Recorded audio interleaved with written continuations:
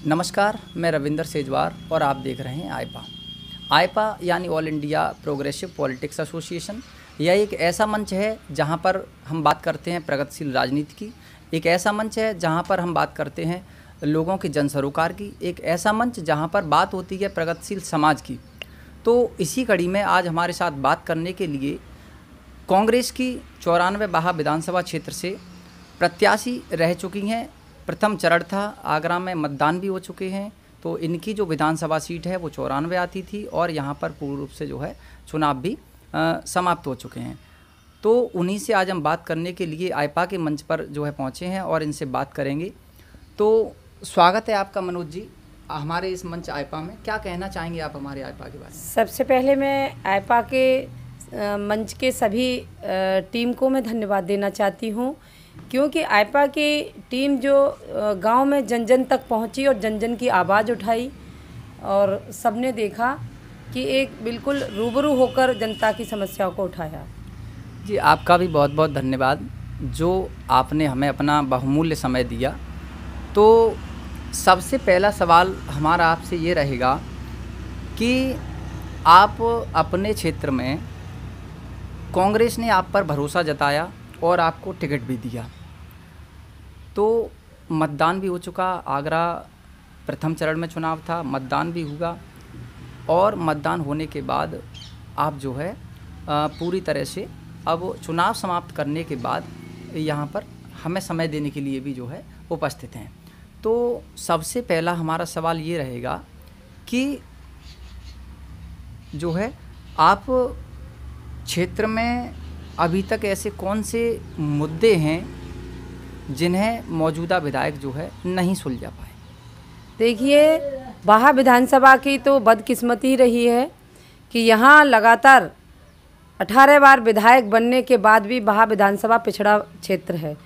यहाँ सबसे बड़ी समस्या है कि इस 90 किलोमीटर दूर आगरा से ये बाहा विधानसभा तहसील है, जो आज तक ये सबसे बड़ी समस्या रही कि कोई विकास यहाँ किसी तरीके का किया नहीं गया। क्योंकि यहाँ सबसे बड़ा एक और कारण है कि न होने का कि उन्हें पता है, जो जनप्रतिनिधि यहाँ से लगातार 18 बार बने हैं, कि जनता हमें कर ही रही है और हम विधायक बन जाते हैं, यहाँ विकास की कोई आवश्यकता नहीं है। अच्छा, आप चुनाव मैदान में उतरी थी, तो आपके ऐसे कौन कौन से मुद्दे हैं जिन्हें लेकर आपने जो है चुनाव लड़ा? देखिए, मेरा घोषणा पत्र था, मेरी प्रतिज्ञा थी। माननीय प्रियंका दीदी ने कहा था कि मैं लड़की हूँ, लड़ सकती हूँ। मैं धन्यवाद देना चाहती हूँ नेतृत्व को कि मुझ जैसी एक महिला को, ग्रामीण महिला को, और मैं बराबर संघर्ष कर रही थी, सड़कों पर लड़ाई लड़ रही थी बाहा विधानसभा के लिए, तो मुझे मौका मिला। मैंने अपने घोषणा पत्र में जो सबसे पहली बात रखी थी कि बाहा को जिला बनाया जाए। जिन बाहा जिला बनाने के लिए मैंने लगातार धरने, प्रदर्शन, साइकिल यात्रा लखनऊ तक मैं गई। मैंने हर मुद्दे पर आवाज़ उठाई, लेकिन यहाँ हिटलरशाही सरकार ने एक भी बात को हमारी को मानने से इनकार कर दिया। लोगों की, यहाँ के जो लोगों की सबसे जो पुरानी और सबसे लंबी जो मांग चली आ रही है, बाहा जिला बनाओ, तो उस पर आप जो है विधायक बनने के बाद कितना कारगर साबित होंगी? थोड़ा सा आप हमारे आईपा के मंच पर दर्शकों को बताइए।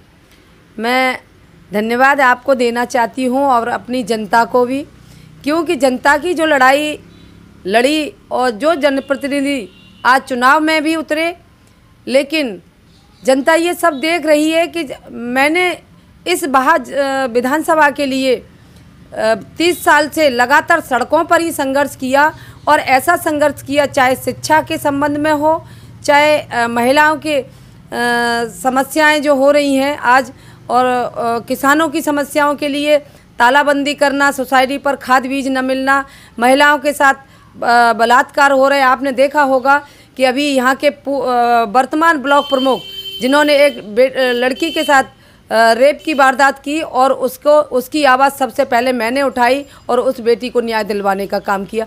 तो मैंने हर मुद्दे पे आवाज़ उठाई, और मैं चाहती हूँ कि जनप्रतिनिधि जो जनता के बीच में आते हैं वो ऐसे हों कि उन्हें इलेक्शन के टाइम पर ही जनता दिखाई नहीं दे।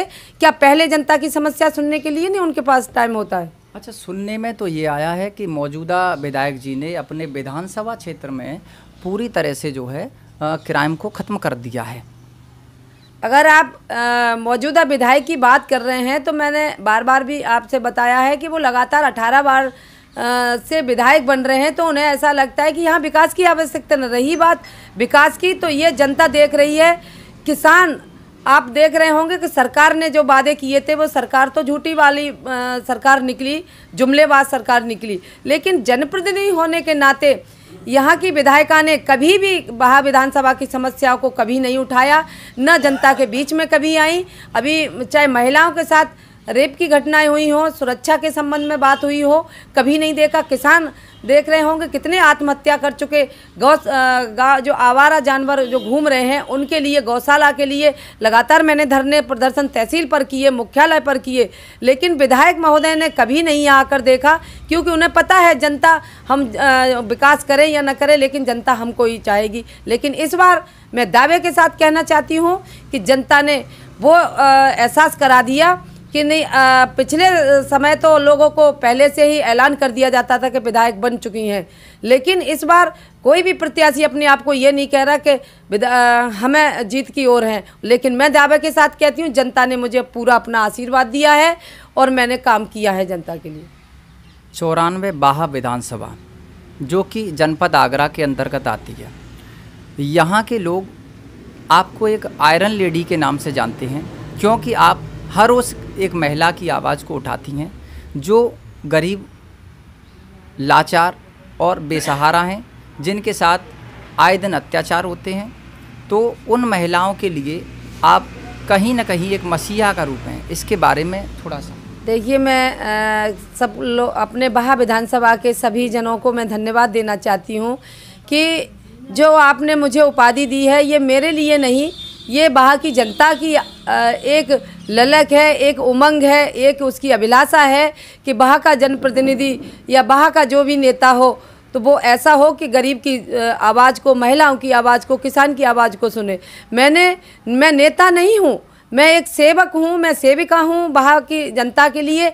मैंने अपना पूरा वो निर्वहन किया है और आज भी मैं ये प्रण किए हुए हूँ कि आधी रात को भी अगर किसी गरीब पर कोई विपदा आएगी तो मैं रात के 12 बजे भी होंगे, मैं तुरंत उसके पास पहुँचूँगी, उसकी मदद करूँगी। कांग्रेस महासचिव माननीय प्रियंका गांधी ने आपको जो है 94 बाहा विधानसभा से लड़की हूँ, लड़ सकती हूँ के माध्यम से जो है आपको चुनाव मैदान में उतारा। चुनाव मैदान में उतरने के बाद चुनाव भी संपन्न हुए। अगर आप इस चुनाव पर विजयी होती हैं तो आप सबसे पहले किस तरीके से अपने क्षेत्र में जो है कार्य करेंगी और क्या क्या आपके जो है विकास कार्य होंगे, क्या क्या मुद्दे होंगे?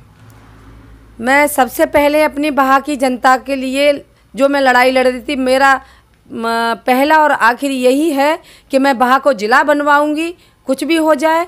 दूसरा है कि मैं जो लोग यहाँ से आगरा डीएम से मिलने जाते, हमारे किसान हो, गरीब हो, उनके लिए हर 10 दिन के अंदर यहाँ बाहा पर ही डीएम, कमिश्नर, एसएसपी सब उनकी किसानों की समस्या, बाहा के क्षेत्र के लोगों की समस्या सुनने के लिए वो अपना समय यहाँ सुनिश्चित करेंगे। दूसरी, हर न्याय पंचायत पर चौपाल लगाई जाएगी, जो कि वहीं के न्याय पंचायत के लोग बैठकर वहाँ 8 दिन में वहाँ ये सुनिश्चित करेंगे कि जो भी समस्याएं जिस संबंध की हैं वहीं पर उनका निराकरण किया जाएगा। तीसरा है कि सबसे बड़ी समस्या जो हो रही हैं आवारा पशुओं के लिए, जो आवारा पशुओं के लिए गौशाला है, कांग्रेस पार्टी की देन है कि आज कागजों पर चल रही हैं यहाँ पर वर्तमान समय में, तो वो कागजों पर न होकर उनके सामने हकीकत में होनी चाहिए। गौशाला का निर्माण कराएंगे और हर न्याय पंचायत पर पानी की टंकियाँ लगवाई जाएंगी। मैं ये चाहती हूँ कि कोई भी व्यक्ति, कोई भी गरीब व्यक्ति यहाँ मेरे निवास पर ना आए, मैं उनके चलकर उनके वहीं जाकर न्याय पंचायत स्तर पर समस्या का समाधान करूँ। आप कांग्रेस पार्टी की जनपद आगरा की जिला अध्यक्ष भी रह चुकी हैं। उस समय आपके समझ जो है क्या क्या चुनौतियां रहीं और किस तरीके से आपने जिला अध्यक्ष पद का जो है निर्वहन किया? देखिए, कांग्रेस पार्टी लगातार 32 साल से उत्तर प्रदेश में नहीं है। कार्यकर्ता मायूस होकर एक उम्मीद कर रहा था कि कांग्रेस सरकार में जो काम हुए आज वो ही आगे नहीं बढ़ा पाई है सरकार, लेकिन कम से कम जितना कांग्रेस ने किया था वो बचा ही रहता। तो एक ललक थी कि कांग्रेस आए और उनके बीच उनकी समस्या। मैं जिलाध्यक्ष बनी, मैं गरीब और किसान की बेटी होते हुए माननीय नेतृत्व ने यह फैसला लिया कि मुझे जिम्मेदारी सौंपी, मैंने बखूबी निभाया। और निभाया ही नहीं, हर वर्ग, हर पार्टियों की ये आवाज़ थी कि उनकी भी आवाज़ सुनी जाए। जो कि मेरे बनने पर टोरेंट पावर में जो कोविड के समय में लोगों की समस्याओं का सामना बिजली के लिए लेकर किया गया था, तो उसमें अन्य पार्टियों के लोगों ने भी मुझसे सहारा मांगा कि इसकी आवाज़ एक आप उठा सकती। मैंने बखूबी उनकी आवाज़ उठाई और आवाज़ उठाने में विपक्ष के पसीने निकल गए। उन्होंने देखा कि कांग्रेस पार्टी पूरे उत्तर प्रदेश में इसी तरीके से लड़ी और आगरा में पुनः हमने कांग्रेस को सड़कों पर लाके खड़ा किया। और मैं आज फिर नेतृत्व को धन्यवाद देना चाहती हूँ कि नेतृत्व ने मेरा कार्य क्षेत्र और मेरा कर्म को स्वीकार किया है, मुझे विधानसभा का चुनाव लड़ाया। और मैं आज दावे के साथ कहती हूँ, जनता के लिए जीऊँगी, जनता के लिए मरूंगी। कितना भी कोई आगे मेरे विषम परिस्थितियाँ आ जाएं, लेकिन मैं हार मानने के लिए तैयार नहीं हूँ। अच्छा, आप अगर विधायक बनती हैं तो आप अपने बाहा विधानसभा क्षेत्र में किस प्रकार का विकास मॉडल अपनाएंगे? सबसे पहले मैं ये करूँगी कि जो गरीब जनता है, जैसे आप देख रहे हैं बाहा विधानसभा में कहीं भी सुलभ शौचालय वगैरह कस्बाओं में नहीं है, देहातों में भी नहीं है। और एक प्रतीक्षालय जो कि हमारी बहनें रात को भी जाती अहमदाबाद, गुजरात और यहाँ से, तो उनके लिए स्टॉपेज नहीं है। तो उन प्रतीक्षालय उनके लिए जो बनवाया जाएगा, ये मेरी खुद की एक वो है कि महिलाएं सुरक्षित कैसे रहें, महिलाओं पे सबसे ज़्यादा, और किसान और गरीबों के लिए। तो मैं उनके लिए उनके ग्राम पंचायत, न्याय पंचायत स्तर पे ही उनकी समस्याओं के लिए चौपाल लगाकर उनकी समस्याएं सुनूंगी। जी, बहुत बहुत धन्यवाद।